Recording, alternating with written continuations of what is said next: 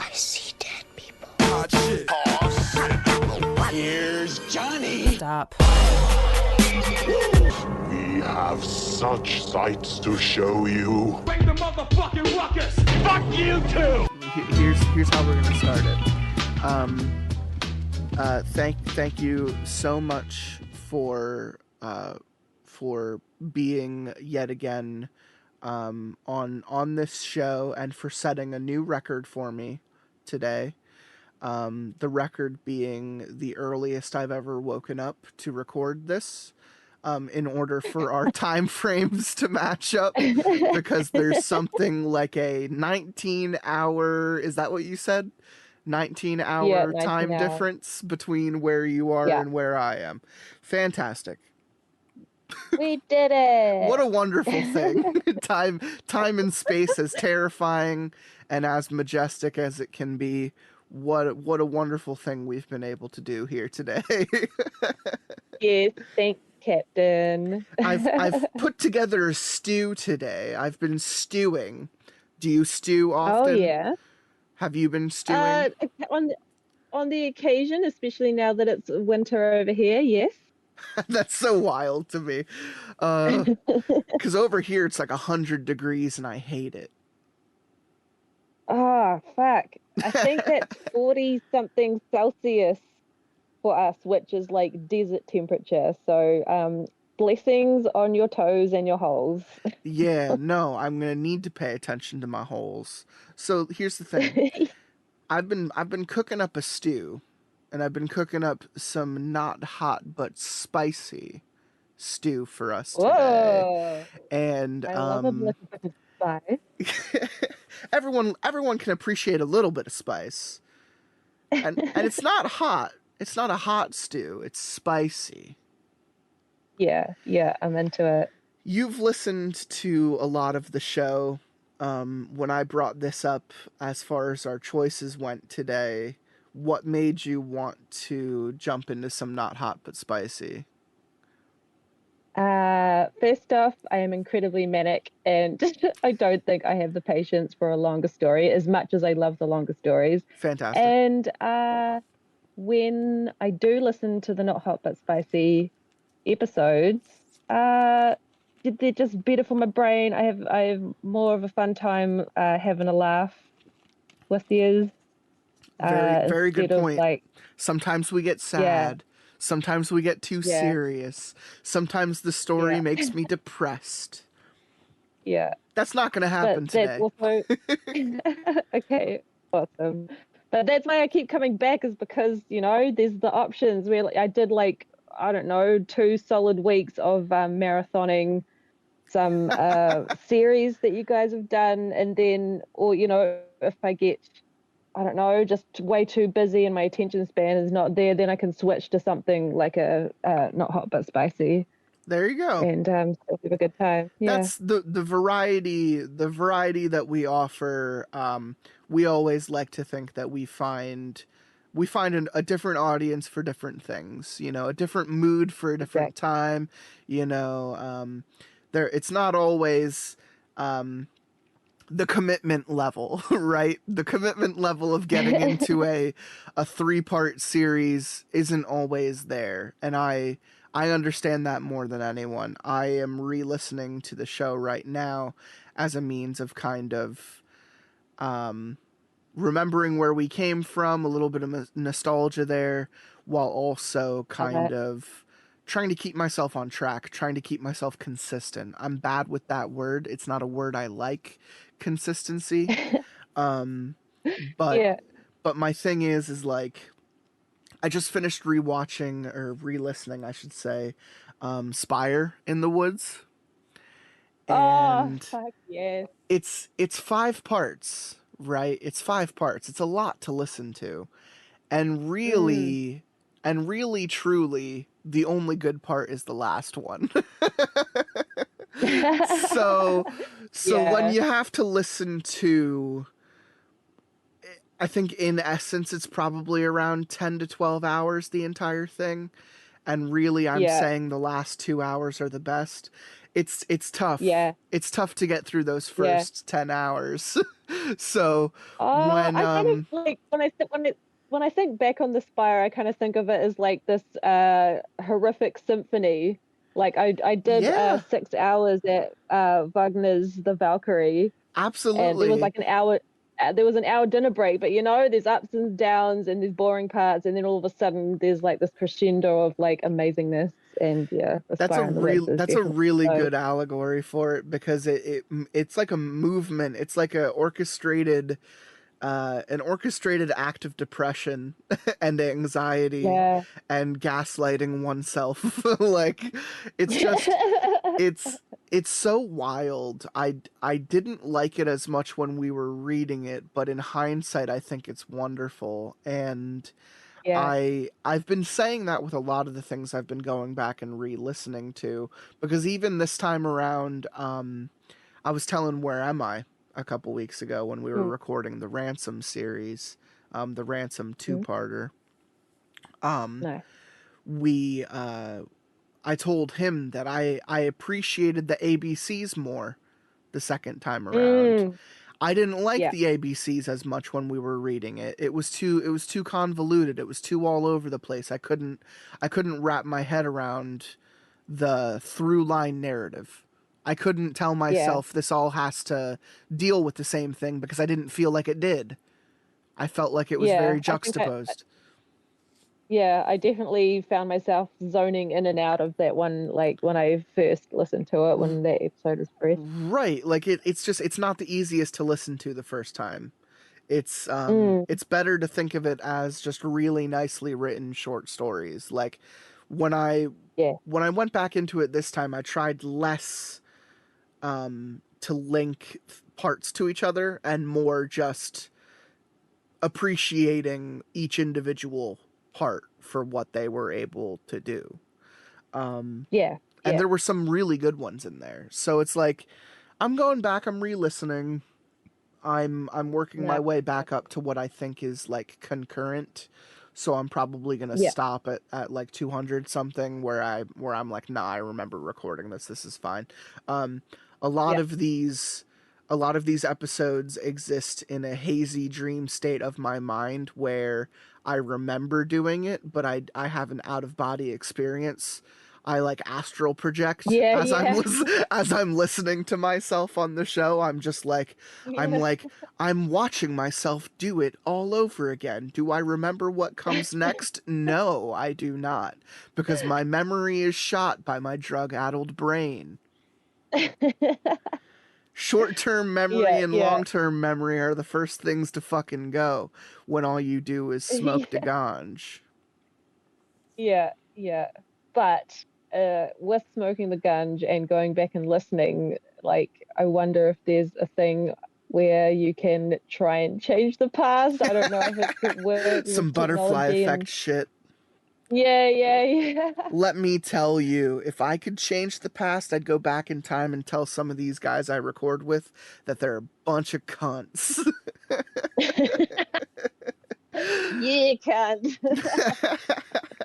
Yeah, No, I fucking mean, A. the funnier thing is even going back and listening to some of the episodes where I'm with people that I don't necessarily talk to anymore. It's fine. It really is just Yeah, fine. Like I'm I see the catharsis in me capturing a moment where we were in tune. You yeah, know, that's kind of the beauty of the product is the show is very much something we put on. It is very so much. yeah, It's not that I'm being disingenuous or dishonest, but this is a character. This is an act. This is a presentation. You know, I don't walk around my life talking like this and acting like this. You know, mm, to just anyone. You know, this is an yeah, intimate process between you and I.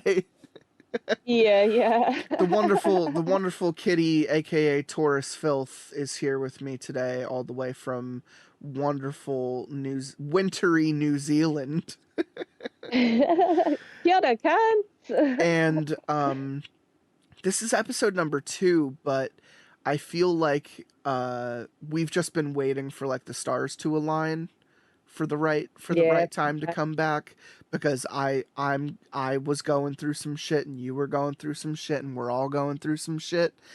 And really we need to be on, like I was just saying, we need to be on the same page and be in the same time and place and lifestyle and headspace, and all of these things need to align in order for the content, the product, the presentation to make itself known. And I'm sure no one is surprised by the title and by our previous introduction that we're doing some not hot but spicy today. Yeehaw! I think I'm very excited for this. I think not hot but spicy is interesting because it really does come from an isolated time and place in history, and we're delving into an actual online annals. We're actually like dissecting a forum when we're talking about not hot but spicy. And it's something that I even bring up to other people, other listeners of the show, where I'm just like, yeah, the website's still around. I don't know if they're updating it. I think it's from like, I want to say like 2012 to like 2014. Like there's really only, it's really only like a small window from like 10 years ago that this forum existed in. And it was curated. I wish I could find a way to contact the guy who managed this website and wrote all these stories, because not all of these stories, they're obviously all written by different people, but the website itself has other stories on it that the guy wrote. And I wish he would just fucking put his name somewhere so I can be like, hey man, let me fucking interview you or something, because your stories fucking rule. He has like a 300 to 600 page story online for free to read, called 50-Foot Ant, which is about a dude. It's not about what it sounds like. The kid is called he comes up with the nickname Ant, and as his life goes on, he tries to get you... He becomes a giant ant. I wish. Wouldn't that be silly? He tries to get the audience to understand that, as ridiculous as the story sounds as it happened to him, it's as crazy as there being like a 50-foot ant. You know, he uses as an allegorical device. He uses it as like Bigfoot. A literary device, basically. He tries to say, like, I know believing what happened is stretching your imagination, but believe me, this story is fucking true, and it terrifies me. And it's about his grandfather's... his grandfather told him a story when he was a kid about being stationed near the end of World War II, in between Germany and Poland, somewhere. And the barracks were Nazi occupied.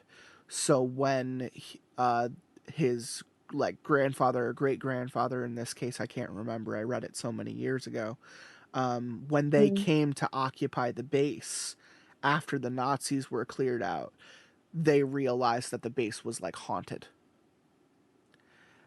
So it's kind of like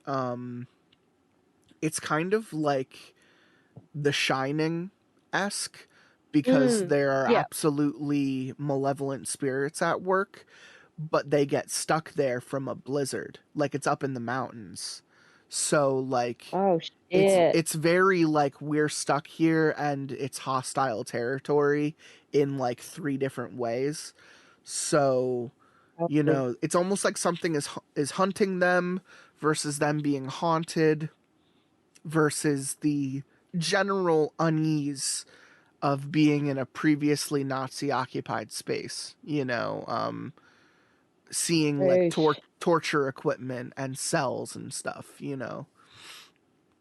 So like an even more twisted The Thing kind of. Absolutely. I don't know, that's what it made me think of. Absolutely. And I think possession plays an element in there. I think people start to go mad.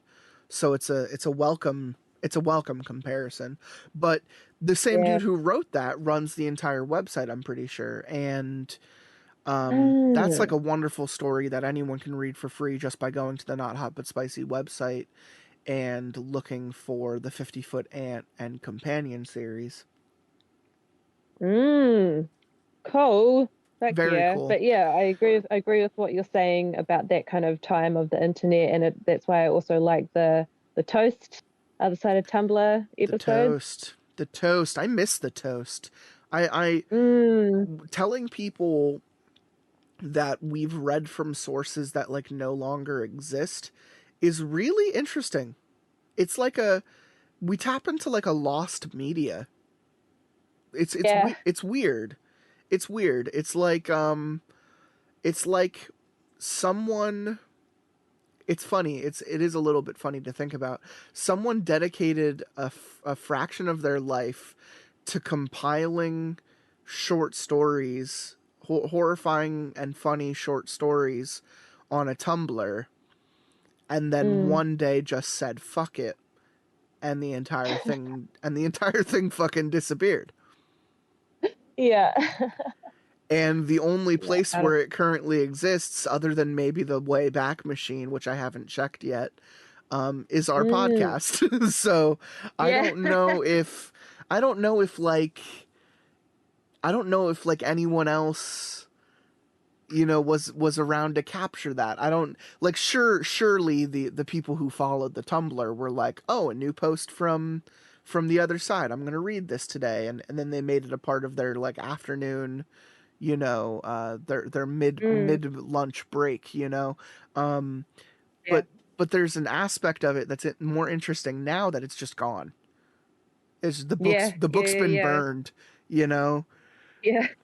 and the only Yeah. place it exists is by a bunch of assholes online reading it and giggling. Yeah. Well, that was kind of the beauty of that time of the internet as well, to like, I don't know, people just like came up with random stuff, trolley stuff, kiki stuff, and horror stuff. And eventually it was just one of those things that you stumbled across, and it was like a plethora of content, and then all of a sudden it was done. Right. And there Like, was no more, and you have no idea who it was. it makes you think, like, are we at a time in the world, in the history of the world, where creepypasta is becoming less of a thing, or no sleep is becoming less of a thing? Like, the numbers would tell you no. Yeah. Creepypasta and no sleep are still going strong. I haven't visited the Yeah. creepypasta page in a while, but I always keep an eye on the no Yeah. sleep True. section of Yeah. I've Reddit, seen just that. because I'm always trying to see if there's something new and interesting that's getting a lot of accolades coming around, because we all know that that's how I got you on the show. Yeah. You were trying to find a good recording of Left Right Game, and you found us. Yeah. And Yeah. again, one of my favorite things I've ever fucking read on the show, that Yeah. I've probably re-listened to that series more than any other, because it's just so fucking well done. The person I Yeah, read that dude. with is just like, we are just in it the entire time, and God, I miss having that experience, and I miss like reading that for the first time, and even like new people that I'm like telling the show about and bringing onto the show, or just telling them to listen to a couple episodes, still like the first things out of my mouth sometimes are like, you need to listen to Pen Pal, you need to listen to Left Right Game, you Mm, need to listen to mm. the Apartment series, you need to listen to Sin Eater, Baraska, Yeah. Yeah. like there's so many good things here, but the Left Right Game, it outshines, in my opinion. It's the above and beyond Yeah. that we tapped Okay. into. Yeah, I just finished listening, or almost finished listening to that. I started it again last month, and dude, I found myself like, I was driving while I was listening to it, and I found myself like pretty much on the edge of my seat, leaning forward, like fully involved. Like I know what's going to happen, but just I am so re-involved The story in is that just moment of that good. I story. no, the Yeah, same. The same. I was enraptured on my recent yeah, listening. Like I don't in my own re-listening to the show, just to get into it for a second, like yeah, I don't put it on unless I'm in the mood, right? Because if I'm not in the yeah, mood, it's just going to be white noise. It's just going to be, something in the background. And I don't want, for something I'm critically trying to get something out of, to try and like re-listen to like what I can make better about this show, what I can improve about it, and what I could learn from it. I'm not going to make that like a passive activity. So yeah, when I'm re-listening as seriously as I can, with like the most of the undivided attention I could afford, which is most of the time when I'm driving. So yeah. I recently had a 6-hour drive up north and a 6-hour drive back down south, from visiting Frowns in Boston. Yeah. And I finished Spire on that Oh, drive nice. because Yeah. I was in the right mind, I had the right tools at my disposal, and I was dedicated to the process. I was telling myself, you know, 3 or 4 episodes of my show and I'm there. So I Yeah. put on like whatever part I was at, and I just kept going. And when I remember re-listening to Left Right Game, I Mm. just completely mesmerized, completely involved, Yeah. like ready to hear what comes next. Like I Yeah, I fully. get lost even listening to myself. Like I don't mean to toot my own horn at all, but like Yeah. there are times where I listen to myself like on a solo episode, like Ted the Caver or like The Pig, where I Mm. listen to myself and I'm like, yeah, you read that pretty well.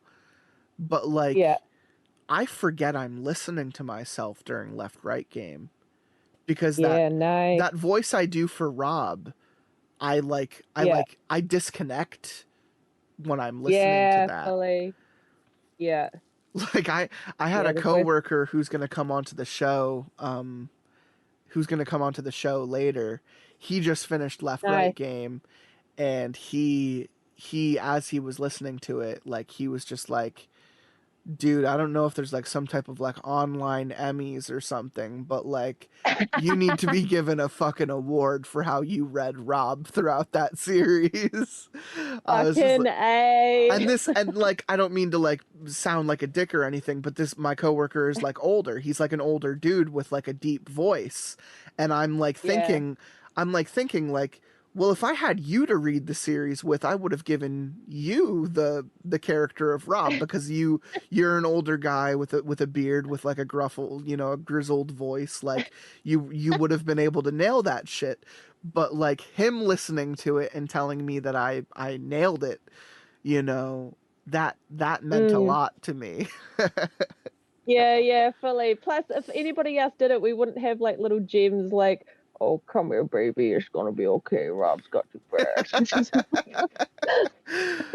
Yeah, the camaraderie moments of Alice and Rob, and how our voices were just, we got lost in those characters, just talking to one another sometimes. Like it was just it was a fantastic experience, and I can't gush about Left Right Game enough. Like if anyone out Yeah, there is listening and like you just kind of found the show and you're just listening now, I beg you, if you like this show even a little bit, go back and listen to the Left Right Game, or go read it. More than anything, to give credit to the yeah, author, go on No Sleep, look up Left Right Game, and read the entire thing and just enjoy it. Just have a good fucking time, because it is that good. yeah, fully. And don't go anywhere else to listen to it either. I tried; they're all shit, and that's why I've stuck with lots of pasta. Very good. Very happy. Hmm. Fucking A, awesome. I am ready to get a little spicy, Captain. Yeah, Just a little. I think we've been talking well enough that we Okay. can get into this stew that I've been cooking up, right? I've been Oh preparing yeah. this magnificent stew.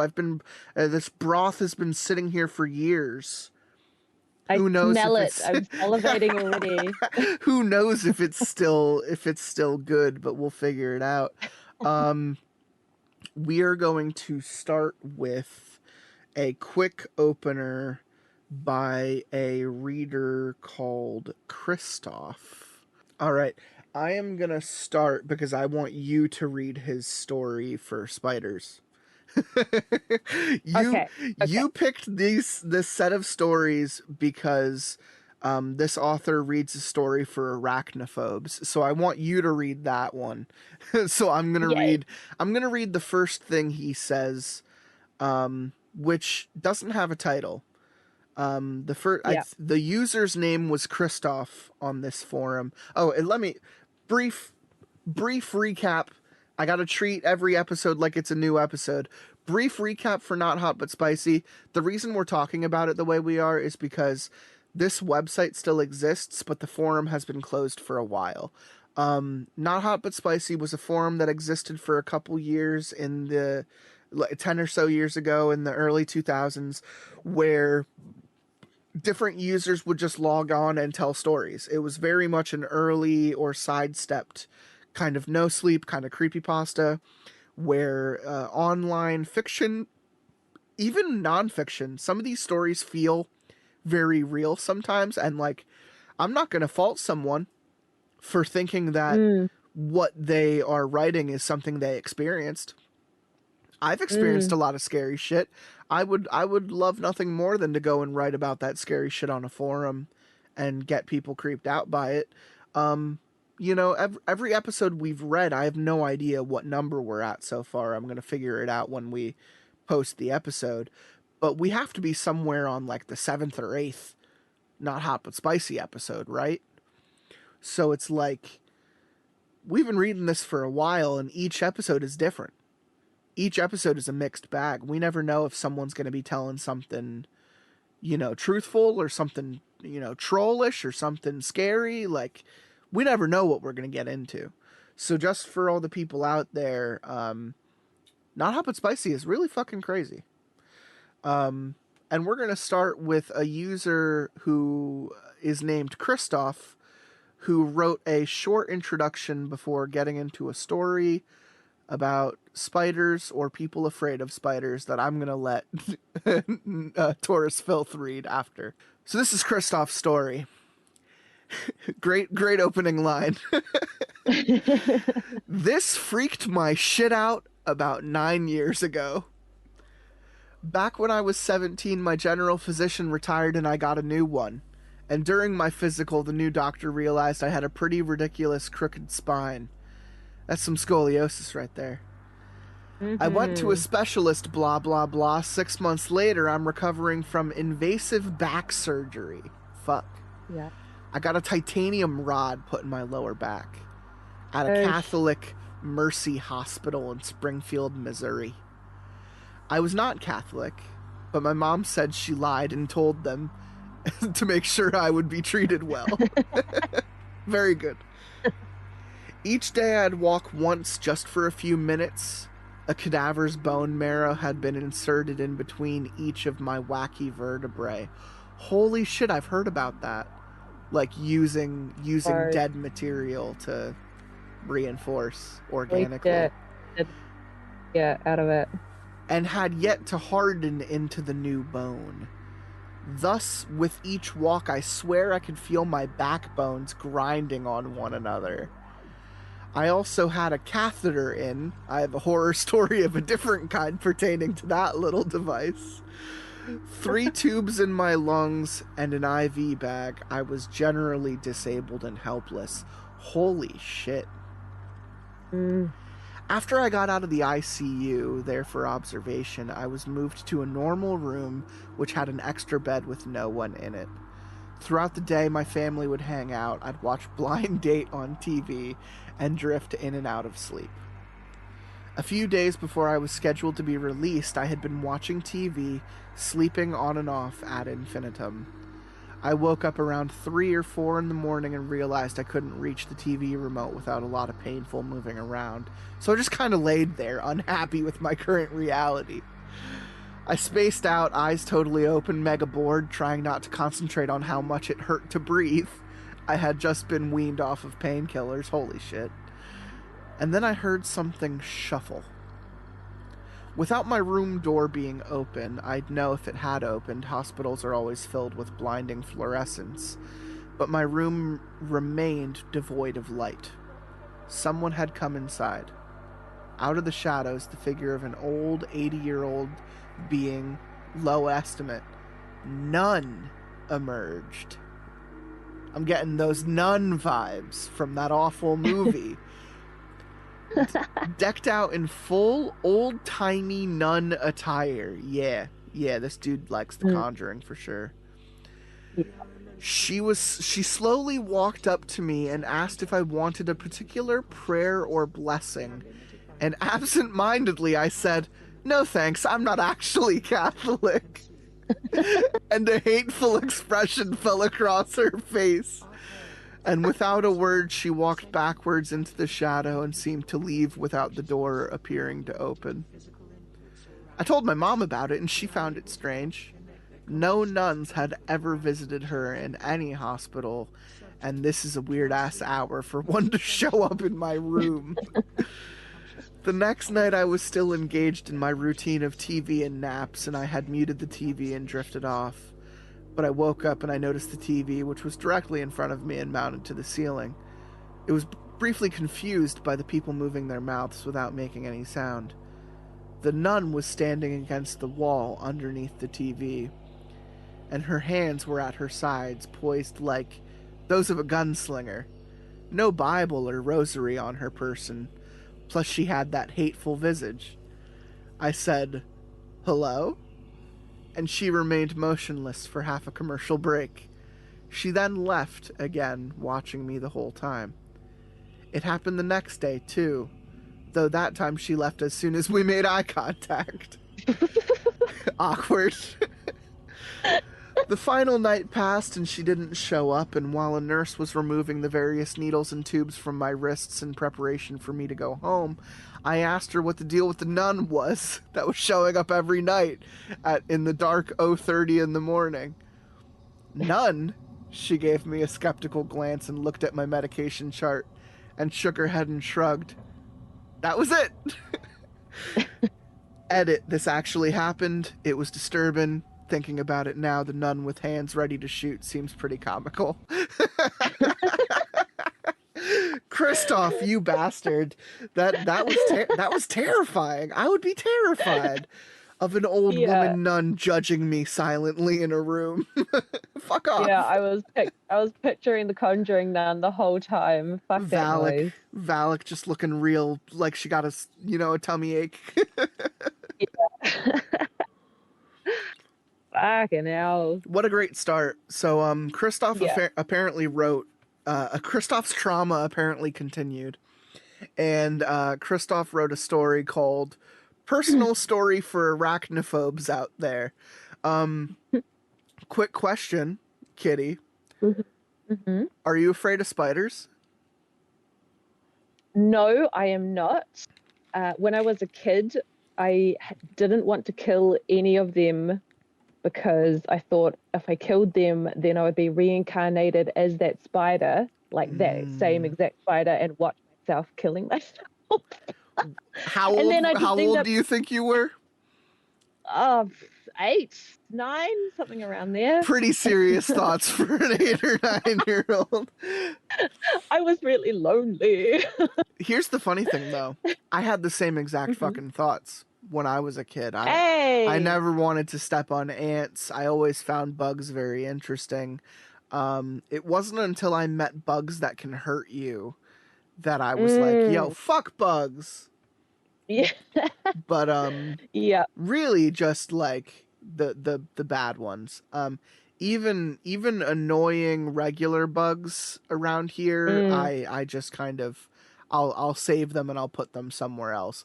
The worst experiences I have, I wouldn't say I'm an arachnophobe, no. If I see a spider, I usually go, "Oh, cool," and then walk very far away from it. Okay, I'm the opposite. When I see one, I go, "Oh, cool," and walk directly towards it. See, I only have a visceral reaction to one type of bug. And it's those house centipedes with like 1,000 legs. The ones that eat like spiders and flies and stuff. Okay, we don't have those here. Okay, in Japan, you can buy them as pets because they essentially what they do is they feed on other bugs. They don't annoy humans. They don't feed on humans. They don't get anything from humans. The problem is they're so goddamn ugly and terrifying to me that I have a visceral reaction when I see them, and I almost have to kill them, and I feel no qualms about it. Because if I'm gonna be brought back in my reincarnated life as a 1,000-legged monstrosity, I want to kill myself. Yeah. So here's the thing. I once told a story on the show. I forget what episode, early 100s, somewhere in the first 100 episodes, where I was sitting one night on my back in my living room on my couch, watching TV. And I look up at the ceiling, and I heard something, and one of those bugs, I shit you not, fell directly from the ceiling onto my fucking chest, and I screamed like a little fucking girl, and I got up and I slapped it off of me, and then I stomped it repeatedly. So I'm traumatized. So when it comes to arachnophobes, I'm not going to say I'm like afraid of spiders. I'm not going to say like, yo, if a spider were crawling on me right now, my reaction would be like to flick it off. But like I wouldn't hunt it down and kill it with fire, you know? Yeah.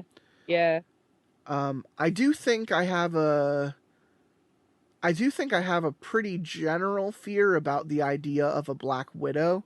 And it's because they do exist in my temperate zone. Yeah. Like where I live, those spiders exist. So I do think I have a fear of that. But I don't think I've ever, like, not to my knowledge, have been bitten by a spider. So it's hard to tell if I need to fear something like that. It's more of a fear of the unknown, if I'm being honest. Yeah. 'Cause you never know, like, how many spiders are in your house. There's never knowing that metric. So so if I were just told, like, if this was like some Sims game that I could tap into the Matrix and be like, how many spiders are in my house? and then I found out there were like 18, and then I asked the computer, like, how many of them can harm me, and it says like 9, I think I'd burn my house down. You know, at that point, I'm starting to sound like an arachnophobe, aren't I? Just a little. A little bit. No, that's fair. The worst one we've got are called whitetails, but they're only really poisonous to humans if they've eaten a lot of daddy long legs, but there's no way to know of how many daddy long legs they've eaten, but they can be quite toxic and fatal to pets. But those are the only spiders I've killed.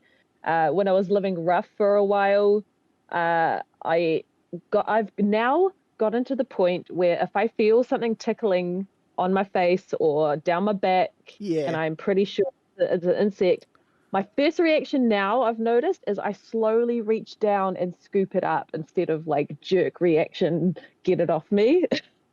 I do a brush. I don't immediately go for a slap. I do a brush because I feel like if something were on me, I just want to get it off. I don't necessarily want to kill it on me either. Oh, hey, you've seen me with my bees, so I'm a lot more comfortable. You with, are like, really fucking friendly with bees, and as someone who is probably allergic to them, bless. Yeah. Papa bless. Papa bless. Because I would probably die. I would probably die. Yeah. Um, Yeah. We go. my mom, my sister, my brother are all allergic. And Oh shit. when Yeah. they say it's like the second sting that you find out. And as a kid, Oh I only shit. remember being stung by a wasp, and I didn't have any sort of reaction. So, What? yeah, no. I mean, Okay. no. Like, it hurt, and I was like, "Fucking Yeah. wasp!" Like, but I was maybe 11, you know. Yep. So like, I pretty much just cried about it, and then went back to doing whatever I was doing. I think I was swimming. Right. I was swimming in a pool, I think. Yeah. And I got out and I ran around the pool and I got stung by something and I just went, ow, and I cried about it for a minute, and then I went back into the pool and I was traumatized, You're but a I champion. kept living my life. So, Yeah. I haven't ever been stung again. But I'm not looking to put myself into situations where I can be. It's not on my list of to-dos. Yeah. Being I'm very much an looking old- forward. I'm very much looking forward to summer when the bees come back and then I can put honey all over my face and I'll have a bee mask. I'm so excited for that. Yeah, you were like wearing them before. Yeah. They might Yeah. as well have been just like jewelry or a facial appendage. The Yeah, last pretty time. much. Yeah, you can make like a little mustache and just have fuzzy little bees sitting on your face. Yeah, dude. Yeah, dude. You'll be all the right. first person I send pictures to of it. Please do. Please do. I will. Go ahead and read this short story by Christoph for all us arachnophobes out there, as I slowly come to Oh. realize that I am probably an arachnophobe. All right. Personal story for the arachnophobes out there. My grandfather often decided to pick up and move to different parts of the country on a whim. He and my grandmother were heading to the coast to find a place to retire, but he was traveling in autumn and the Arkansas or Ozarks seduced him. Almost got me with that Arkansas over there. What with the beauty of the changing leaves and the rugged cliffs and low cost of living. He stopped at a restaurant and asked strangers about houses for sale, and he met a young couple that happened to be selling their home. The house was located on a steep hill overlooking a quiet road, beyond which lay a sheer limestone cliff with a forested wetland area beyond. It was very old, but patches of it were lovingly cared for. The couple had installed an enormous porch, huge glass sliding doors, and painted the once grey brick a garish red. Garish red. Yeah. Yeah. They also installed a circular garden in the centre of the front lawn, which is where the ashes of all my departed dogs are scattered. R.I.P. Little pups. Rest in peace, indeed. My grandparents loved it, despite the steep driveway and unfinished basement.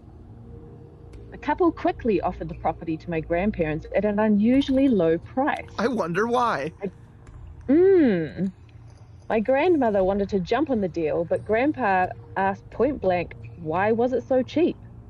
The couple explained that they had lost, literally, their 11-month-old child in that home, and the place had become unendurable. Aw, damn. I know. Yeah. Grandpa was allegedly so moved by their story, he bought the house then and there to relieve them of their burden, and my grandmother slipped them some extra money because that's just how she is. They moved in. Fast forward 9 years. My father was in the military, so our nuclear family moved around quite often, but a month of each summer was spent there in Arkansas. We would help keep the place clean, my parents doing the real work, and me and my older brother doing miscellaneous tasks that still resulted in poison oak rashes and dozens of mosquito and tick bites, like picking up sticks before mowing, sweeping, weed pulling, etc. I was always afraid of the basement. It was filled with spiders, mud dauber nests, and there was a carpet of dead, dried insects and some small animals all over the concrete floor. The basement was also barely even a basement. It was more a crawl space with a narrow walkable trench pitted out. The crawl area extended under the entirety of the house and was about chest height when standing in the trench, and the basement portion was about the width and length of, say, a Lincoln Continental and filled with old tools and decaying boxes. I guess that's just the end of the story there. I don't know what's Mate. I don't know what's so arachnophobic about that. Other than creepy basements and dead baby house. Yeah. More like a sad story for all the parents out there. Yeah, what the hell? It's your worst fear. It's your worst fear realized, reading a story with no real end. God fucking damn it. So here's the thing. Is the title alluding to the fact that they think they lost their child from some type of insect? Or is it just the kid died? What's the illusion here? Why is this a story for arachnophobes? Is it because Christoph is just dumb? I don't know. Just you can't wrap your head around it. That's okay. I need my closure about the spiders. Okay, so fucking blah blah blah did insects, and then as they went further into the crawl space, they found a pile of baby clothes and blankets and a pile of dead spiders. Boom, there you go. Ending. Sorted. Ending, sort of. All right. We are going to move forward. Let me see if it is... No, it is not the next... Oh, yes, it is the next one. Okay. We're just going to continue. I'm going to take the next one, which... Fun name. It's just the user's... the username for this author. There is no title to the story, but I do like the username. It is Citizen Insane. Very, very Citizen Kane, but Citizen Insane. Yeah. I don't have a lot of ghost stories, being rather Scully-esque in my view of this shit, which means dubious at best. Very what's the word? Yeah. Oh, yep. To be a total skeptic of all things ghost related, all the spooky spooks that go on in the night. Gotcha. There are things we can't explain but there were a lot more of those 100 years ago, and the further we go, the less that will be the case. Most things have a rational explanation, even if it's currently unknown. Something about the way a lot of ghosts behave like recordings, repeating the same paths over and over and over, makes me believe they're going to turn out to be pretty mundane. That said, I'm a skeptic, but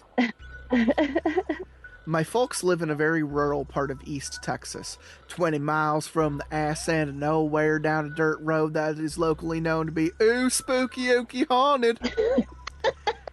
It's in the deep woods there, and there are hundreds of legends about it. Teenagers go there to drink and scare each other and fuck. You know, the type of place. Every small town has one.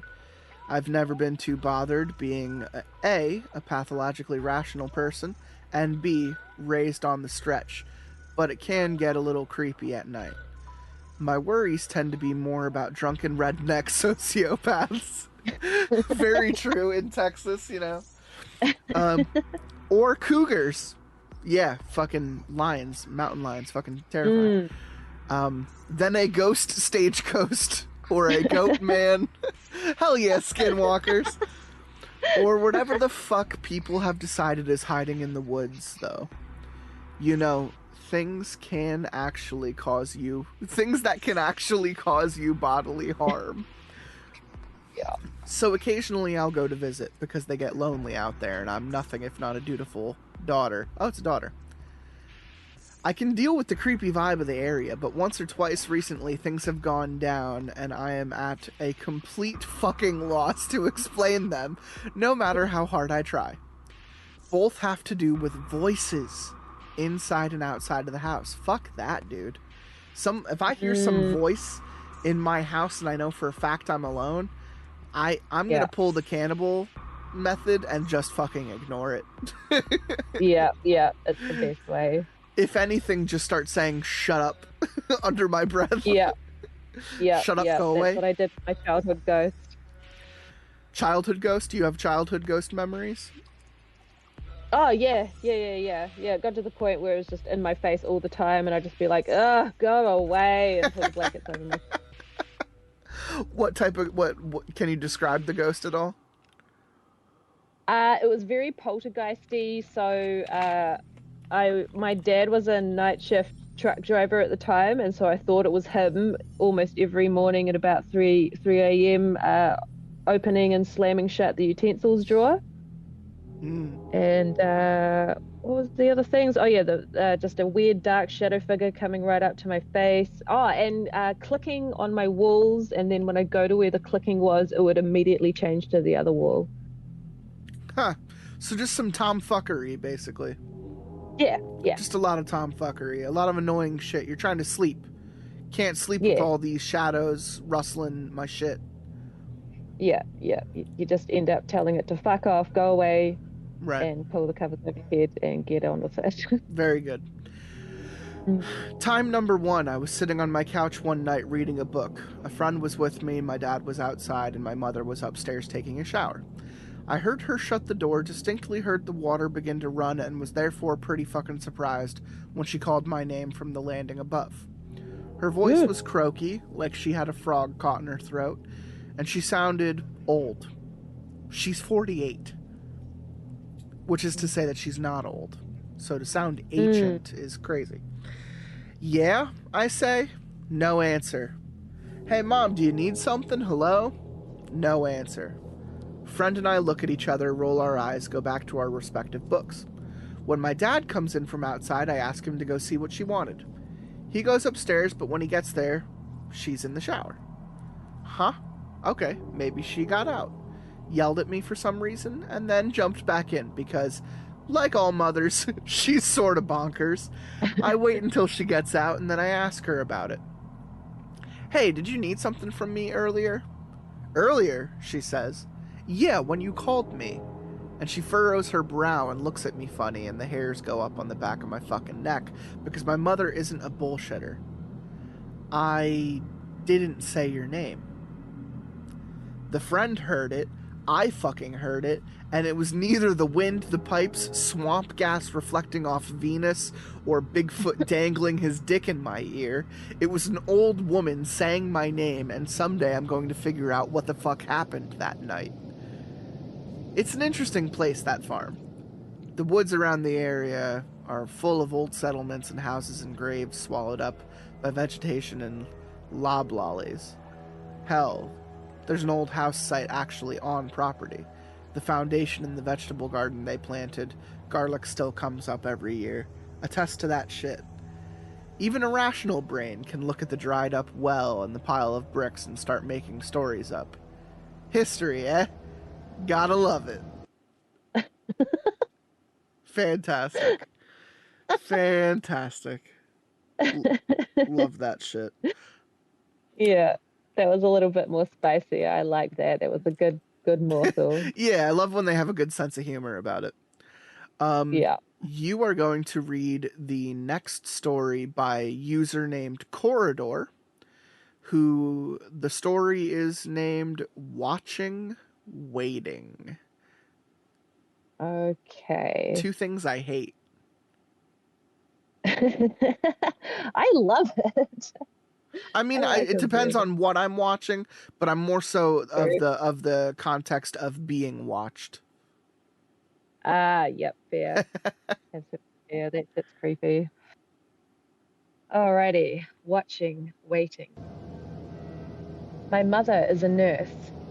I don't know what the correct name or terminology is because I have a deplorable lack of interest in her profession, but she is specifically the type of nurse who spends a lot of time working in the cancer treatment wards of hospitals. She is a very outgoing and friendly person, that sort of cheery soul who instantly is on a first-name basis with everyone she meets. When I was home from school sick as a little kid, I always thought she was a pretty rotten nurse, but apparently all her patients really liked her. It's always the way when you're the parent healer. Yeah. My kid's a little piece of shit, but I gotta pay the bills, so I'm gonna be nice to all my patients. Yeah, that's it. One of the patients she cared for was Jan, an elderly woman with cancer. I can't remember if it was specifically a brain tumor that Jan had or not. I really hope so. Apparently Jan was a typical grandmotherly old lady, even-tempered and well-spoken. One morning, my mother walked into Jan's room to administer various patient care and noticed Jan was talking to someone. Oh, no. Someone who wasn't there. My mother is perfectly at ease with crazy and asked Jan who she was talking to because she had sounded like she was scolding this invisible someone. Oh, it's those things again. They're always around staring. That one was trying to sit on my bed. That one there, do you see? Go away, you nasty thing. She flapped her hand. Oh my god. My mother was curious and questioned Jan further on those things. Here's what she found out. They look more or less like people, but are skeletally thin and completely naked with pale green skin and large staring eyes. Those sound more like aliens. Yeah, right? Like this. Jan demonstrated by putting her fingers to her face and making owl eyes. Their grinning mouths span from ear to ear, full of sharp teeth. There are lots of them, and they are everywhere. They always just stand silently and stare, watching everyone all the time. I don't like that. Oop. Jen told this to my mother in a perfectly calm and even tone and seemed far more irritated by them than afraid. She seemed perfectly lucid and displayed no other hallucinatory effects regarding her medication or various people or anything like that. She just saw those things that no one else could see. I love that Jan isn't afraid. She's just, like, inconvenienced. She's like, will you fuck off? I'm trying to watch the TV. Yeah, exactly. My mother asked her how many of these things were usually around. Oh, a few. They're always in groups, you know. When the nurses wheel me around, there are always some in the halls or the wards just hanging about. So, how many are in here with us right now? My mother asked. Oh, there's about 5 right now. There's one that was on my bed over by the wall, and that one sitting there on the table. It came in with you. It's looking at you right now. It has been this whole time. My mother stopped asking questions after that. Jan didn't mention the green things again either. She didn't seem to think them worth much discussion. She died from the cancer a few months later. I guess I understand now why Corridor said that it was a brain tumor, like hoping it was a brain tumor so that it was something that was affecting Jan's perception. Yeah, fully. Interesting. Yeah, wow. Interesting. Oh, just real quickly, have you heard of this real story of a woman who kept hearing voices and they kept like telling her, go to the doctor, get a checkup, get an MRI, get a scan, blah, blah, blah. And she'd just get frustrated and be like, okay, fine. And then the doctors would be like, there's nothing there. And she'd be like have to tell them in a way, like, I'm getting voices telling me to do this. Please just check this. And went through multiple doctors. Turns out she did have a brain tumor and these voices in her head guided her through the whole process until the tumor was removed and she never heard the voices again. Out of it. Holy shit, are you serious? Yeah, it's a real thing.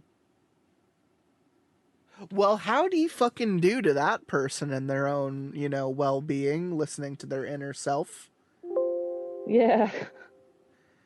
I mean, damn. My body's telling me, Yeah. like, I want more tacos, and, you know, like, if my body was telling me, like, it's a tumor, like, I guess I would be, I'd be a little bit more concerned with myself, I suppose. Yeah, dude. Come Damn. through, spirit guide. Yeah. Anyway, no, that story was Mm. awesome, and I like Jan, and I like her little gremlins that she's seeing walking around. Um, Yeah. we're gonna head on to the next author here. I think the name is Coulrophobia. He has a Yeah. couple. Coulrophobia.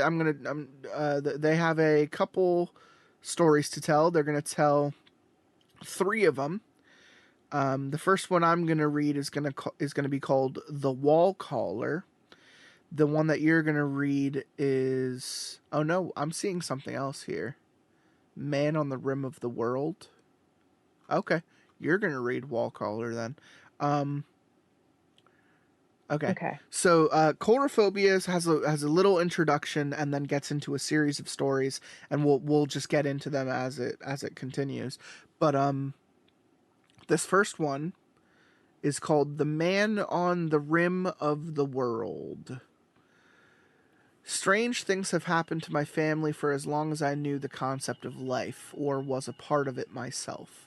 In typical wishy-washy agnostic fashion, I don't necessarily claim to wholeheartedly believe that said occurrences cross over from the simply strange and into the paranormal, but the interpretation of such is highly understandable, and I myself can offer no better explanation.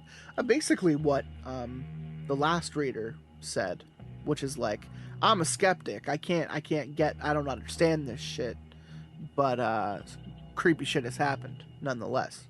Shit's going down. This is my first story in both my first post and my first recollection of anything strange. The Man on the Rim of the World. I had a troubled upbringing in a troubled family, our issues forcing us from place to place throughout North America, always leaving me with a distinct sense of where, but never a sense of why. I was just past the toddler stage at this point, so I don't suppose the why was so important, so long as I was fed and had a toy or two to keep me company. Despite my vivid recollection of detail in our multiple residencies, they did tend to blend together unless affixed by some importance. Somehow our latest move brought us to Colorado, and to a strange old house I wouldn't have remembered if not for what had happened inside of it. Foreboding. For years I doubted this occurrence as anything other than recalled dream from an over-imaginative child, but why this specific memory held memories of finest detail of that house I couldn't quite explain. It wasn't until I brought it all up with my mother that I realized that it had not been a dream at all. First, I jogged her memory on the house, and a fleeting sense of discomfort passed over her. Reluctantly, she told me that circumstances of our arrival, typical financial difficulties and such, but there was an uniqueness to this place. First were the terrible migraines she experienced there alone, something that nearly led to several unsavory accidents. Second was the only other poignant memory I had of that area, the terrible car accident we'd been in shortly after moving there. These were not without an explanation. A change in climate, anything can cause a car accident. There was a mix of stressors on the situation. I'd been entirely shocked if what was to come could be explained by climate change, however. The memory of that night is what painted my vision of the house forever. I can recall, in near perfect detail, the way my mother and I sat in the living room, as one does. It was a strange structure, perfectly circular, with some manner of strange pillar wall in the center, and a couch around the perimeter of the entire room. The slatted blinds were snugly closed, and I was tired from a hard day's work of doing whatever children do. What I also remember is the detail of our conversation as we talked of our childish aspirations, her asking me what I'd do if I could wish upon a star, get a cat, or go to Disney, of course. We were interrupted, however, when an image of a man, clear as day, ran across the wall before us. Ooh. I wouldn't say he was clear. It was more of a shadow with far too much definition. Two-dimensional, it seemed him projected on the wall, but there was an almost cartoonishly accurate way in which he was silhouetted that we could distinguish his nose from the edge of his hat and the briefcase in his hand. He ran from one end of the wall pillar thing to the other and promptly vanished. My mother and I sat in dread silence, and I attempted to break it with a suggestion, the brain's compensation for the absurd, that the shadow had somehow been my father's. But all that she could do was tell me that he was not home yet, nor was he expected, and that's where the memory ends. Though we both remember the man on the wall, there's a blank spot immediately after, and she laughed it away, suggested she probably did something to usher me to bed and try not to freak out in front of her kid, but we can't really put a finger on what exactly happened after that. I don't remember ever seeing him again, but my mom did leave me one last note of uncanniness, one that I didn't actually remember. I was a particularly brave and stalwart child, to where it was the point of ego for me, fiercely independent for that age. And that's why my mother thought it was strange that more nights than not spent in that home, I would be rushing to my parents' bed in the dead of night for no reason other than being afraid. Perhaps I don't want to remember why. Ugh, creepy. As No, a thank kid myself, I had a lot of nightmares. I had a very overactive imagination. So, like, my mom would say that, like, I'd do that stereotypical thing where I'd, like, stand next to her bed and she'd freak out, waking up with, like, a kid 2 inches from her face. And try to not punch me immediately. Yeah. Out of Yeah. fear. Or there were days where she would go to step out of bed and she'd almost step on me because she'd realize I'd made a little nest right next to her side of the bed. Oh, mate. Is this the house that was haunted that you used to No, live this in is when you my were a kid? childhood home. Unfortunately, I wish it were. I wish it were Grandma's house. No, Grandma's house was the house I moved to when I was like 12. So Uh, the nightmares and stuff had stopped by that point. I'm talking when I was like maybe like 4 or 5 years old, like half as old. yeah. But still, like whenever I had trouble sleeping, I would go to my mom's room and just sleep there because I felt like being in her presence, being in my parents' presence was easier than being on my Mm, own. yeah, definitely. Anyway, Fuck that. it looks, I don't know, I think this is a continuation of Coulrophobia's stories. I did space it out though, so it might be different. This might just be a random next story, but I'm going to let you take it. It's called The Wall Caller. Cool. Okay. I was part way through my first year of study on the West Coast when I suddenly became in need of a new place to live. In an expensive city with not much cash to spare, I wound up going away with a couple of friends and renting a room out of a historic long-term hotel in the seedy part of town. The building was 100-some years old, and it showed, with slanted floors and a healthy supply of cockroaches. Fun! Nonetheless, it was a grand improvement from what the building had been before its renovations a few years prior, and for a place so easy to move into, so close to everything I needed, it was a fair trade-off. My room was small, and the bathrooms and kitchen were in a common area. I had my own sink, a big radiator, and some mysterious exposed pipes running from the ceiling through the floor. Whatever this building was, it had character. And of course, upon telling friends and family of the age of my new abode, among their first questions was an inquiry as to its haunted status. My answer was that it wasn't. Despite its age, I'd never heard reports of anything weird happening there. And if anything had, you'd think the staff would have jumped on it. Haunted hotels make for good tourism after all, something many other local hotels have taken advantage of. One thing did put me out of sorts, though, something I never thought much of until much later. Muchly later. A couple weeks. A couple weeks after I initially moved in, I started hearing a distinct knocking on the wall. I was in the unit at the end of the hall, and given it was the wall opposite of one dividing my neighbor and I, that didn't make much sense. It was loud and distinct enough that several times I found myself going to answer my door, thinking that's where the noise originated, only to find a completely empty hallway. And though the guy in the unit above me is loud, this noise was nothing like the noises I frequently heard from him. I figured the noise to be coming from the other side of the wall, another room perhaps, or even the building next to ours. Maybe it was a staff room or an old stairwell. When I figured this, I promptly forgot about the knocking on the walls, and whenever I heard it from then on, I continued in my belief that it was just the room on the other side. So I pushed it out of my mind. Then one day I was walking home.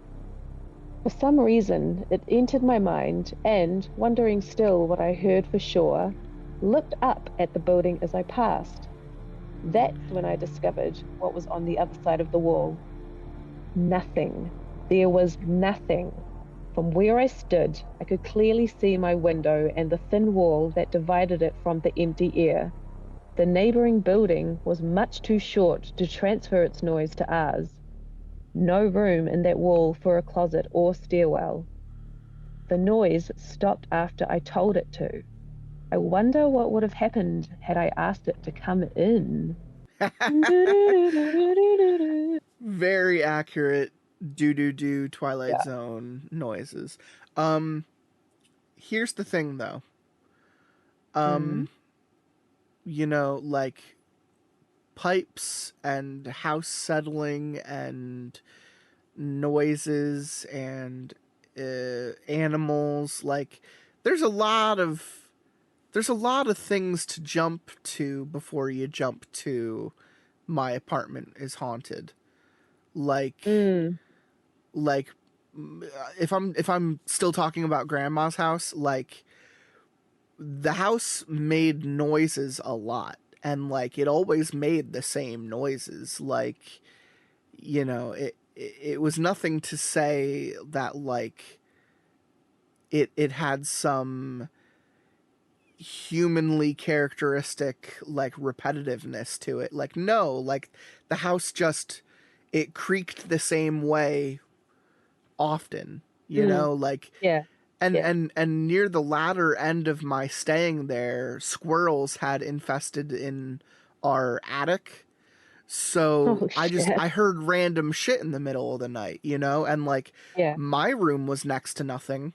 My room was directly next to the outside. So like my first assumption wasn't, oh, my room is fucking haunted. No, my first assumption was there's something in the goddamn wall. Like, you know, like there's something crawling around in here and it makes me uncomfortable. So I moved to the basement so I didn't have to hear that shit anymore. Yeah, true. But anyway, interesting. I'd much rather hear someone get spooked than be rational, so that's fine. I'm gonna skip the next one and let you read that one. Okay. But because I want to read the funny one after that. Okay. This one sounds right up my alley. The Phantom of the Silly Tourist Dinner Theater. Fucking A. Yep, that is so you. Okay, cool. Before I left home, I had a brief stint of waiting at a dinner theater in my hometown. Familiar with many of the staff members already, it wasn't too hard to fall into the rhythm of things, and it was a demanding but fun way to make bank. Despite the rustic cabin design, the building is fairly new and devoid of murderous history, having known most of the members since the building opened. So what happened next became all the more strange. I had been working there for several months, And when summer came, it hosted a theater day camp for young kids. Classes during the day, regular scheduled show at night. Naturally, there was bathroom breaks throughout the day, and I noticed that several of the young girls were afraid of using the woman's bathroom. I didn't take much note of it. The bathroom was huge, with a heavy, loud door and a creepy white noise in the background that I could understand weirding out kids. It was to a point where some of the girls wouldn't even use the bathroom unless I stood there with them by the sinks. But kids will be kids, right? The next night, after the kids had gone home, I went into the bathroom to change from my camp clothes into my regular work attire. And somebody in the stall next to me was having some kind of issue. Thumping around on the walls and messing with the toilet paper dispenser. Really having a fucking go at it. Eventually, they quieted, and I stepped out of the stall and came face to face with the long sink mirror that showed every single other stall with the doors wide open, completely empty. Like I said, the door to those bathrooms was huge, and due to some mechanism thumped open and shut, I hadn't heard it do that either. Suffice to say, I left pretty quickly. The head waitress, an older woman with a chip on her shoulder who took no shit from us youngins, was out sick for about a week. The night she returned was the night I decided to tell my weird bathroom story to another coworker. She was a humorous girl who scared easily, so regardless of what had actually happened in the bathroom, I dismissed it as having some sort of logical explanation. It would still be funny to freak her out. So I tell her what happened, and she predictably freaks out, and our head waitress overhears the word ghost and looks at us deadly serious. You heard her too? What? She begins to tell us a far creepier tale than the knocking around in the bathroom. This woman was usually the last one left in the theater at night, and the rest of us usually having left around midnight. She stays back so that she could make sure everything was locked up before setting the alarm and leaving. So one of the nights before she got sick, she was doing just that, out in the theater lobby in the darkness, getting ready to lock up, when behind her, she hears a woman say, "Hello." She turns around, greeting the stage manager, who she thought had stayed behind that night. Only the lobby was empty, save for the still darkness. She never set the alarm faster in her life. So this was strange. We both had an unexplained experience within a couple days, yet had never said anything to one another to plant the haunted seed. That was a bit too uncanny of a coincidence for me, but after that, nothing really strange happened again until after I moved away. The knives continued to fog up whenever we put them out, despite vigorous polishing, but I always blamed that on the humidity, which is fair. A couple years past, I'm away at school, the theater falls on hard times, and due to the drama in the management, an old friend of mine is hired as the lighting sound tech despite his relative inexperience, and more of their desperation. I'd been thinking about my strange experiences at that time, and thanks to the essay and the previous ghost story thread, of course, he decided to hit him up on Instant Messenger. I approached the subject carefully and casually, simply asking him, "Has anything weird happened while working there?" And he didn't miss a beat before replying, "Yeah, it's totally haunted." Several times it happening to him, and it far more interesting than some toilet paper rattling. The basement. He hated the basement. It was huge, stored with mountains of old theater props and backup condiments, and it was also where he had to go if he wanted to retrieve replacement bulbs for any of the main lights. So, with no other option, he'd descend from the dark backstage down the narrow staircase, one step by step, knowing what would greet him at the bottom. It was 8 feet tall and solid shadow, though its form gave the illusion of a man in an overcoat. It rarely moved and only watched, appearing in impossible places. The only time it did move was the first time he saw it, standing directly in front of the boiler room, before turning around and walking through the door. I later realized that the boiler room was directly beneath the woman's bathroom, and for the life of me, we couldn't understand why this place was haunted. It was new, the land untouched before it was built. No one had ever been killed inside, and no major players of the theater's inception had died. The best we could figure was that it had something to do with the wood they used to build it, which had been harvested from a long-abandoned farmhouse. My mother is still pretty good friends with many of the members of the theater crew, and once I finally told her about the creepy things that had happened, she told me it was nothing new. Rumors of strange things had plagued that building since it was built, and they continue even now. I'll have to ask her if she knows of any specific new ones. Creepy. That was a good The spicy bite. 8-foot tall overcoat man reminds me of Haunting of Hill House. Oh, yes. The tall man that haunts the youngest kid. Yeah, dude. Lucas, I think his name is. Yeah. Anyway, we're gonna backtrack, and I'm gonna let you read Ghost Pup. Yay! Cute little ghost pup, cute little ghost pup. Okay, Ghost Pup. It was with great misfortune that it came to be our childhood pet of many years was diagnosed with cancer and soon after passed away. Rest in peace, little guy.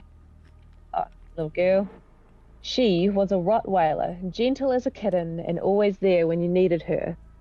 So, to my 14-year-old self and my 10-year-old brother, it was a little devastating, especially when she was the first pet we ever lost. We had great memories of her fondness for carrots, her love for frisbee, even the growling bark she invented for when she wanted to go outside. But now they were only memories. So it was with some confusion that one night in the week following her passing, the lot of us came from our respective rooms into the hall, having just heard that bark. All of us heard it, that distinctive grrrr noise, and it was the last time we ever would. It must have been our ghost pooch asking to be let out one last time. We like to think that dogs do go to heaven after all. That's a sweet little story. I would love for some little ghost pup to give me one last little goodbye before peace. And Yeah, fully. Sometimes I swear I still see like the image of my cat that passed away in the corner of my peripherals as going about stuff. I miss my cat so much. He was just the best fucking cat in the world, and I've never met another cat like him. So it's just every once in a while when I'm like, when I'm over at my girl's house and I'm like petting her cats, I'm just like, you in there? Is he reincarnated? Are you? Do you remember me? Are you there? It's just something. There's just something funny about how he would act, and it's just I don't know. I've never seen it replicated by another cat, and I'm just constantly on the look for it. Yeah, I feel that definitely. All right. I think this is gonna be the last one. And I'm gonna go ahead and read it. I don't know if it's a username or if it's the story. But it's called Crackerman. Isn't that like super offensive over there? I mean, I don't know if anyone would get like throw up arms being called Cracker, but like, it certainly is a derogatory term, Cracker. Yeah. But I don't know. I feel like it's just a username, a guy calling himself Crackerman. Like, maybe he just really likes crackers. I mean, there's that side of it, or it's just self-referential, and he's just like saying, "Oh yeah, I know it. I'm a cracker." Yep, good on him. When I arrived home, I was drunk. I was very drunk. Drunk enough that it took me a long time to actually get inside the house. Fumbling my keys out of my pocket and dropping them, swaying down to pick them up, then having to concentrate exceptionally hard to direct them into the keyhole and shove the door open, barely managing not to pitch forward onto my face as I danced carefully over the threshold. If I was so drunk that getting through a door was hard work, you'd be forgiven for writing off what happened, since an elevated blood alcohol level makes for an unreliable narrator.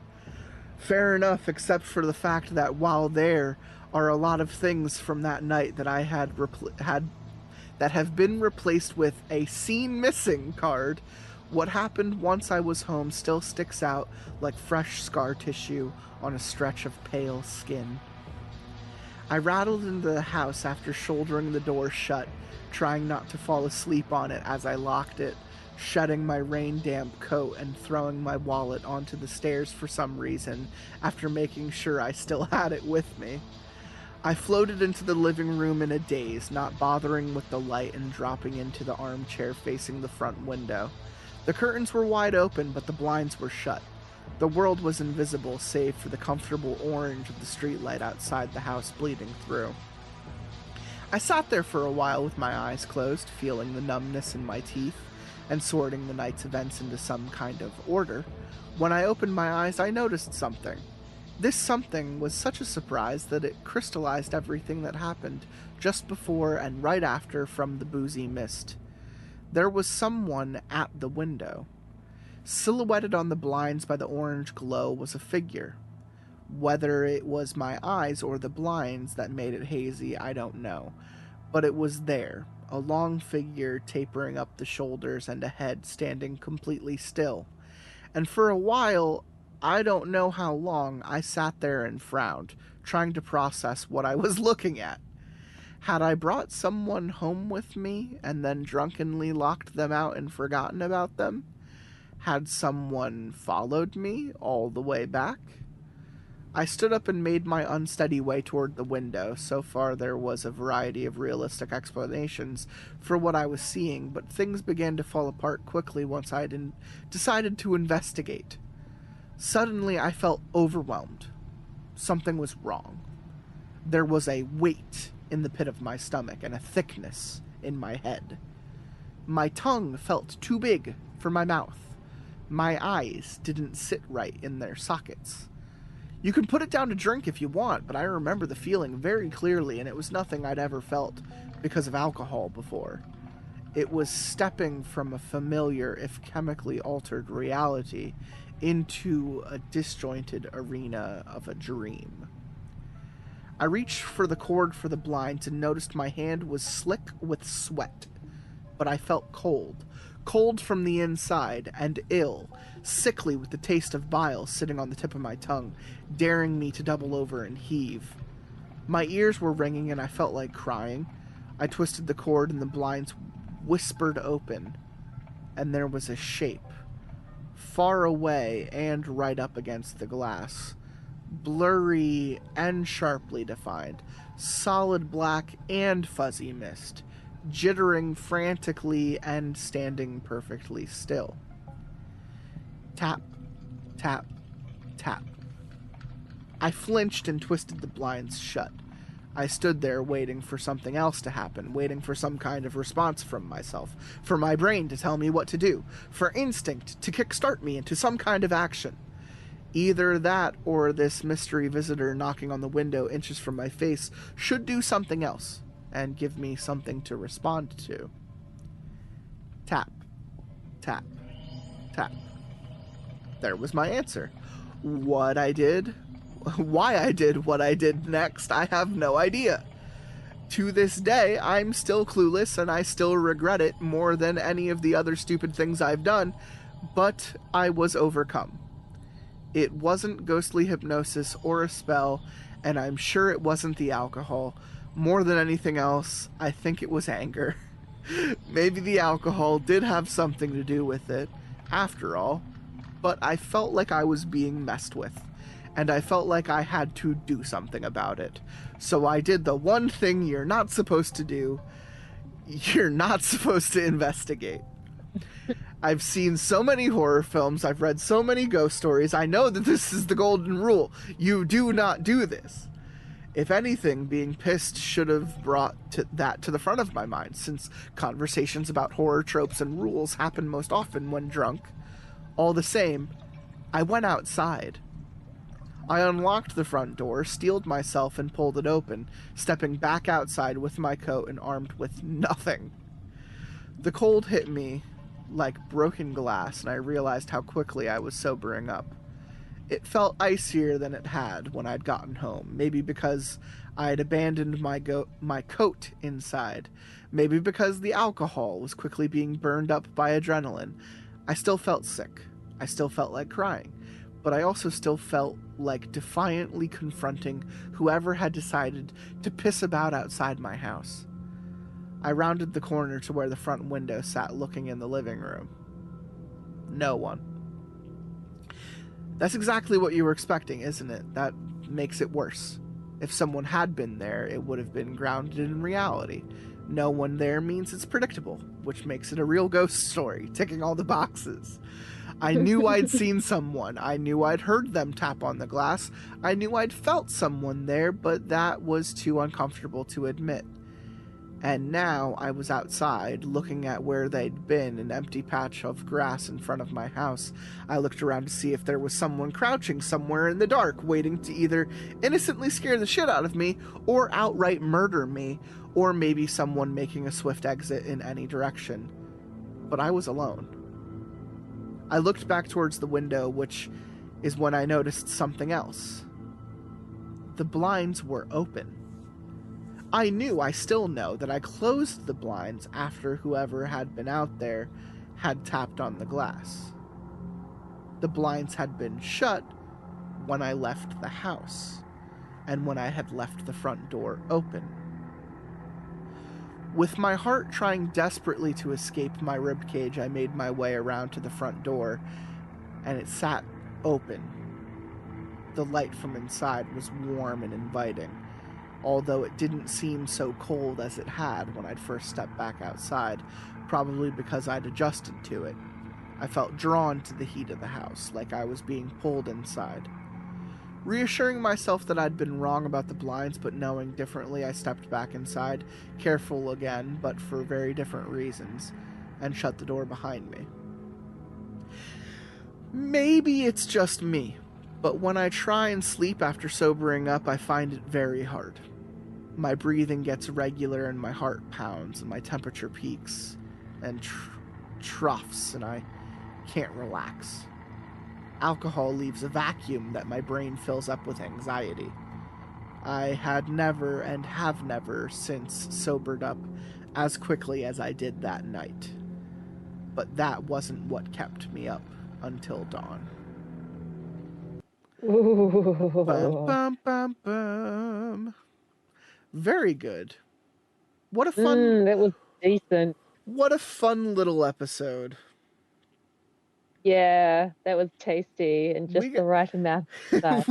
we got hot and we got spicy, and it was an appropriate accommodation, and I am pleasantly surprised by the quality of the stories. Some really good writing there. Yes, I enjoyed that a lot. Despite the one that didn't give me another bloody ending. Fucking arachnophobes, never finishing their shit. Which one do you think stands out the most to you? Oh, For whatever reason. Probably the one you just read. That one was a bit more engaging. I kind of noticed like most of them had a similar theme to our own personal ghost stories that we were sharing, and talked about the whole like get the fuck out, just fuck off. Kind of theme going on, which I appreciated. You never know what you're gonna get with Not Hot But Spicy, and like this time we kind of had a through line of like unexplained phenomenon, like seeing things that aren't there, hearing things that aren't there, the feeling of being watched or fucked with, like that pretty much persisted throughout all the stories. Yeah. I enjoyed that a lot. I think I liked Jan's story about the gremlins watching her, but I also really liked the dinner theater one. I think in my experience in the various theaters around Central PA, I've been to many, not just out of going there and watching something, but also going there and performing in something. All of the big theaters in the near like 45-minute radius I've like performed at. So theaters are always haunted. Like you know, they always say, you know, you can't say Macbeth in a theater, like that general that general True, that's a real thing. the Okay. haunt of the Scotsman, I think they call it. So it's just you have to, I can't think of the right word. It's not like regal. It's you have to have a certain respect. You know, you have to have a certain you have to have a certain type of relationship with the theater that you're performing in for you to not get creeped out by that shit, because I've definitely been in theaters like late at night when no one else is there, like maybe one or two other people with me, and I can see why they have that reputation. I can see why people think they're haunted, because it's just it's a large vacuous like open space with a lot of energy and movement, and you know, they're usually old, so Mm, they're usually noisy, so it's just interesting. Like yeah. I would hate nothing more than for someone to be like, go into this dark fucking theater, go all the way down into the basement, grab something and come back. I would just Yeah. I would just be like, nah. I'd just be like, Yeah, nah, no yeah. thanks. I have this cute little theory on theaters and stages and all that kind of jazz, is like from my brief stint of when I did do amateur theater, that process of having to like do like the exercises and stuff before you do rehearsal or go on stage, and that team building stuff, and how you're kind of like conjuring that energy Mm-hmm. to be that character and Mm-hmm. remember your lines and like project it well for it to read and be understood by the audience. You're kind of like almost channeling Yeah, things, and yeah. I don't know. It's almost Yeah, like a so ritual at that point. yeah, exactly. Yeah, so it's kind of No, that like makes you're sense. bringing in all this extra energy, and it just kind of like sticks in the walls, and maybe other people have turned up with their own demons and those demons come out. I don't know. Everyone It's shares that yeah. energy anyway. Like if anyone's ever performed in a group, you know that like everyone is feeding off of one another. Everyone is like the energy is circulating, and it, you know, if it's negative, it's fucking felt. If it's depressing, it's fucking felt. Like that's why people talk about how, you know, the impact of live theater is just like really fucking magical sometimes. Like Mm, yeah. in a recent episode I was talking about how I went and saw a horror show on Broadway, and I had the best time watching it because I loved the story. I loved how spooky and sad it was, and I got lost in it. And like Yeah. it's been with me ever since, because I've just been like, man, I want to watch that again. I want to feel Yeah. that energy again. And it's absolutely attuned to the space and the performance, and you know, all that stuff going on there. Yeah, totally. I also just like on a slight different tangent, being in a haunted place. I used to live in a historic house. I'm on the West Coast now, but it was on the East Coast where there's like heaps of really old buildings and just weird vibes, and prisoners of war from World War II were brought through there, and Wow. just all this crazy stuff. But the first night I stayed there, I had a room at the top of these stairs, and I swear I heard like heaps of thumping up and down the stairs, and it just kept me awake all night, and I couldn't sleep. And then I don't know, my I just like absorbed myself into the house, and me and the landlady were like depressed and huge stoners, and just got used to all the weird sounds and stuff. But as time went on, I've like found all my current friends and like people I've just met all have ties to this house because it's been there since like 1870 something. Wow. Okay. And including one of my besties, I talked to his parents and told them about this place, and they're like, oh, our religion used to go hire that place out and stay there. And I was like, oh my God, you guys are the cult. Because there was this rumor that there was a cult that like took on the place in the 80s and 90s. And yeah, it was fucking them. Yeah, it was out of it. I mean, when you say cult, do you actually mean cult? Like The rumors were cult, and my mate has made like a couple of YouTube episodes kind of frameworking how he grew up in a cult. And then yeah, when I talked to his parents, they were like, oh yeah, our church used to live there, and they're the only church that has ever been at this residence. And yeah, so they're the cult. oh wow. And But and like yeah. any like juicy information about this cult? Or was it just Not that I can religious recall right. fanaticism? Yeah, I think it was pretty much that. But my mate has done the research and is like, yeah, this was a cult. Interesting. Well, that's cool as shit. Yeah, yeah. But yeah, again, just huge old area. Things get absorbed into the walls. Weird tapping, weird noises. Pretty much Yeah, what we just read. all good. Yeah, yeah, yeah. I enjoyed that a lot. Yeah, just got me thinking of all the things, all the spoopy things. Wow. That's Mm, that I love when the things align like that, when we're able to tap into our own shit. Um mm. I don't think I've outside of sleep paralysis, I don't think I've ever seen any shadows. I can't really I can't really relate to that. Um True. I don't think and I don't think I've ever seen anything that I've perceived as a ghost either. Um Yeah, you know, nothing in my more visceral adulthood that tells me um that reminds me of anything I've seen in like a horror movie, at least, um yeah, yeah, it's not that I'm begging for any of this shit to happen to me either, yeah. Fuck no, fuck no. but it is interesting as I get older, my kind of stomach for this stuff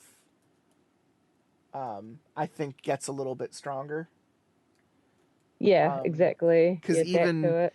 even in reference to putting myself in situations that are frightening, um, I like to talk about going to all the horror stuff when it's the Mm, ooky-spooky season.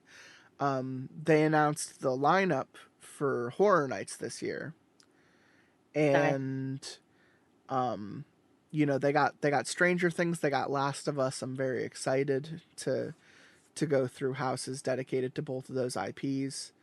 Um, Oh, cool. but they're also bringing in Chucky and Exorcist, Oh, and red. it's the newer Chucky based off of the TV show, and it's the new Exorcist movie. And here's the thing: I don't think the new Exorcist movie looks very good, but whenever I bring up that that's going to be a house at Horror Nights to Alley Cat, she's like, "Yeah, no, I don't know if I'm going to be able to do that one." And I, it's just interesting to see like the threshold with some people, I suppose, because I have no problem walking through any of that shit and putting myself in mm, a situation where I know I'm going to get fucking jump scared out of my butthole. But it's like, yeah, but it is interesting to see where other people like draw the line. Like yeah, I don't know in my own life like what I'd draw the line for in an actually haunting scenario. Like I don't know like at this point if I were to get ghostly haunted, would I really just be like eh and just ignore it? Like am I too lazy? Do I not care? Like it's just interesting. It's just interesting to yeah. think about. at first it's jarring, and then it's kind of like, well, this is my life now. I'll try to keep that in mind for if and Yeah, when I get ooky-spooky haunted. yeah. I'm just Anyway, looking up the new Exorcist now. It looks fucking awesome. I wasn't aware that this was happening. oh yeah, oh yeah. Fun. Yay. Cool. I'm going to both coasts this year. I'm going to California with Where Am I? And I'm going to Florida Nice. with Alley Cat. And I'm getting to experience Cool. Horror Nights twice, which is more than I deserve. I am so excited. I'm so happy. I'm very much looking forward to it. But hopefully I'll be doing some recordings in the future post both of those events where we can talk about it, because I've been meaning. I kind of have this thing where I'm like Alley Cat, you know, I told you, you know, I this was something I said on the show, like, way before you and I started dating. Like, I don't ever want to bring my partner onto the show, Yeah, which feels like a betrayal of character, because I introduced her as a character and then we started dating and I'm like, exactly. we can record no more.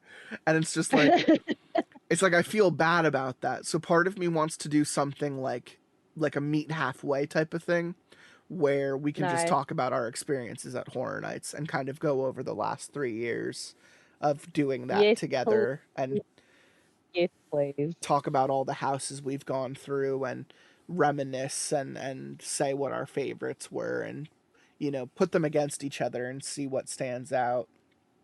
Yeah, that would be awesome. Because you can, like, anyone can go onto YouTube and see the walkthroughs of the houses. These people are wonderful. They go through these houses with high def cameras. So, like, yeah, it's not the same thing as going through it literally, but, you know, it's certainly less expensive. Because I have to pay Yeah. something like $500 a person just to go through this experience. So, you know, Oh, it's it is what it is. I'm more than happy to experience it, but there are wonderful channels out there that I can definitely shout to the moon about going online and looking at their stuff, because they cover Horror Nights every year and they capture each of the houses. sick. That sounds awesome. Yeah, I'm very keen to listen to you guys talk about it. That would be wicked. I mean, I also know that I'm gonna, like, the minute I get back, like the next afternoon with Where Am I, I'm just gonna be like, we gotta talk about it. He Yeah. doesn't really like horror movies. He doesn't ever Okay. really do anything too spooky. Yeah. And this is gonna be his first time at Horror Nights, and I'm making him do everything with me. So, so needless to say, I'm going to get that reaction out of him, Nice. and I'm gonna try to I'm gonna Okay. try to record some stuff while we're there, just so you can hear him scream. But but I don't want to embarrass him either, because he has been Yeah. embarrassed by me on the show before, so I'm gonna try not to embarrass him. But Alley Cat has no qualms. It's almost funny to say that this is the first time she's brought up, like, not wanting to do a specific house, because I've taken her through, like, so much at this point that she doesn't really bat an eye. As long as I go first, she doesn't really bat an eye. Yeah. She delights at seeing me get jumped, you know. There's this really funny story of one of my favorite houses from 2 years ago was dedicated to puppets and, like, ventriloquist dummies and theater and stuff. And Creepy. we're going through a wardrobe. You know, it's you have maybe 2 feet to shuffle through, and it's a wardrobe with clothing racks. You know, like a big closet hallway. And I'm looking to the left, I'm looking to the right. It's just a bunch of old smelly clothes, and I just know that at any point passing through these clothing racks, someone behind them is going to pull them open and jump out towards me. I just know it. Mm, yeah. It never comes because the guy is already standing there with the curtain, with the clothing rack open. I don't realize this until his face is about 2 inches from my face. No. Because the lights were so like dim and he was blending in so well with the clothes, I don't even see it coming. And Fuck. Alley Cat sees me jump like 3 feet in the air. The Fucking minute that recollection came to mind. Oh my god. Yeah. Yeah. No, it's Holy shit. it's that sounds funny. It's awesome. funny stuff. But that house was like my favorite. You can see that one online. It was called Puppet Theater. Puppet Nice. Theater captive audience. It was so fucking good. And if you go through it, you'll most likely see that wardrobe room jump scare that I got caught by. Yeah. Very, very well done. I give my hat off to whoever that scare actor was. Nice. Fuck yeah. That's awesome. Okay. I'd give that a go. I think about sometimes when I want to come over there and do like a haunted maze or Oh yeah. pumpkin patch thingy Oh yeah. and how brutal some of them can get. I don't think I'd do the brutal ones. But yeah, anything that would be better than a New Zealand one. When Sure. you say brutal, you mean like the ones where they like touch you and they pull you around and stuff? Like Yeah. Yeah. Those ones. I don't think I'd ever do that either. Honestly, I kind Yeah. of draw a line at like actually being captive. Like I don't Yeah. actually want to be manhandled, you know. Yeah. What Exactly. type of those experiences do you have over there? Like what would you categorize them as? Like just regular run of the mill haunted houses? We don't really have any. Oh, really? Um, Okay. I don't know. New Zealand has a weird thing with Halloween. It was all G in the 80s and the 90s. And then, I don't know, a whole bunch of almond mums decided that it was too American and heaps of people stopped celebrating Halloween, wouldn't answer the door, no decorations. And then it's kind of made a comeback, and we took my nephews to a haunted house down the road, and that was like in someone's big fancy house, and they had like made this cool maze from their garage through to another section of the house, and Yeah. there's people storing up bodies and stuff, and yeah, that was fun, but on a much smaller scale. Like, So yeah, just the probably nothing compared homemade to what they- DIY. Yeah. Yeah. They did a good job. If and when you come over, there are lots of places around here. Like there's an amusement park 20 minutes from my house that does haunt every year. They usually have 5 to 8 haunted houses to walk through that are usually pretty good. Hey. Within like an hour, I want to say like 45 minutes north of me, there is Hell House, like the actual Hell House. Nice. If you've watched Oh, any shit. of those movies where they filmed those movies, like those were filmed an hour north of me. Yeah. There's Terror in the Walls over at the Asylum, the penitentiary in Philly.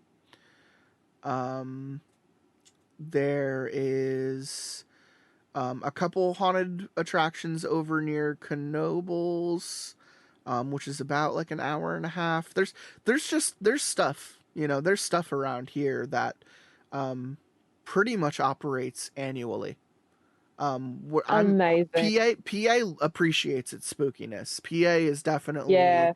PA is definitely one of those states where, you know, when the season comes to, you'll see road signs put up for attractions like you know, corn maze here, pumpkin patch here, haunted house here. Some that do all three, like the Hell House area, they do a zombie run, a hayride, and a haunted Oh my house, God. all in the same field. Epic. Fucking A. Yeah, the zombie run when I did it, I actually made it through with Yeah. with one flag still attached to my body. Yeah. They give you a belt with like 3 flags on it. Oh, yeah, yeah. And Okay, gotcha. they say if the scare actors take all 3 of them off of you, you died. Oh, right. Okay. Fuck yeah, that sounds like my kind of I thing. got through there, and they employed a lot of like kids and teenagers, so they would be like smaller than you, and they'd reach right for your like belt line and try to grab those flags. So like when Yeah. I made it through with 1 left, and I remember being like, "Get away from my fucking flag!" It's like, I ain't turning into no zombie today. Fuck yeah, that's awesome. Can't wait. Yeah, if you do end up coming over, there's definitely going to be some fun shit we're going to be able to go to, and we're gonna then record and talk about it. So hopefully we get to experience that. But Yay! we're just around the corner from spooky season, so I'm sure everyone is getting ready for it. I'm already pretty amped for this season. If you can't tell already how much I keep talking about it. Yep. So hopefully I have some cool stories, some cool stuff planned. There's a series, there's a long series I want to start with someone. I'm not quite sure who. I'm in between my usual, do I want to go Django or do I want to go Cannibal? For who to choose for my long series this year. And Yeah. and I'm not sure who is better suited for the material, because it's very interesting sounding. So I promise by the time Halloween comes, we'll probably be balls deep in a interesting and tantalizing new 5-part series. Oh, fuck yeah. But that is what I'm looking forward to right now as far as the show goes. Nice. Awesome. But Fuck yeah, Captain. Looking forward to it. Taurus Filth, aka Kitty, how you feel about this not hot but spicy adventure we had today? Fuck yeah, that was tasty as fuck. It was wonderful Hell having you yeah. back.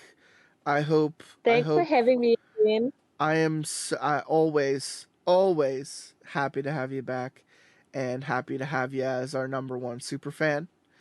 And You. if you had any words for the audience, also being a member of the audience, what are those words? Listen to lots of pasta. Just the basic advertisement. Yeah. Yeah. Listen Just to do it. more of this show, please. Yeah. Get the merch. I still have my Lots of Pasta coffee mug. I use it on the daily, sometimes twice a day. Fucking, I wear my hoodie all the time. I got my shirt. We still need to just complete the do it. outfit for you, don't we? We need the socks. We need the socks and the leggings, Yes. right? Yes, please. All right, we'll get working on that. We'll make sure you're head to toe decked out in lots of pasta merch by the end of the year. Complete fucking Lots of Pasta nerd girl that I am. Hell yeah, dude.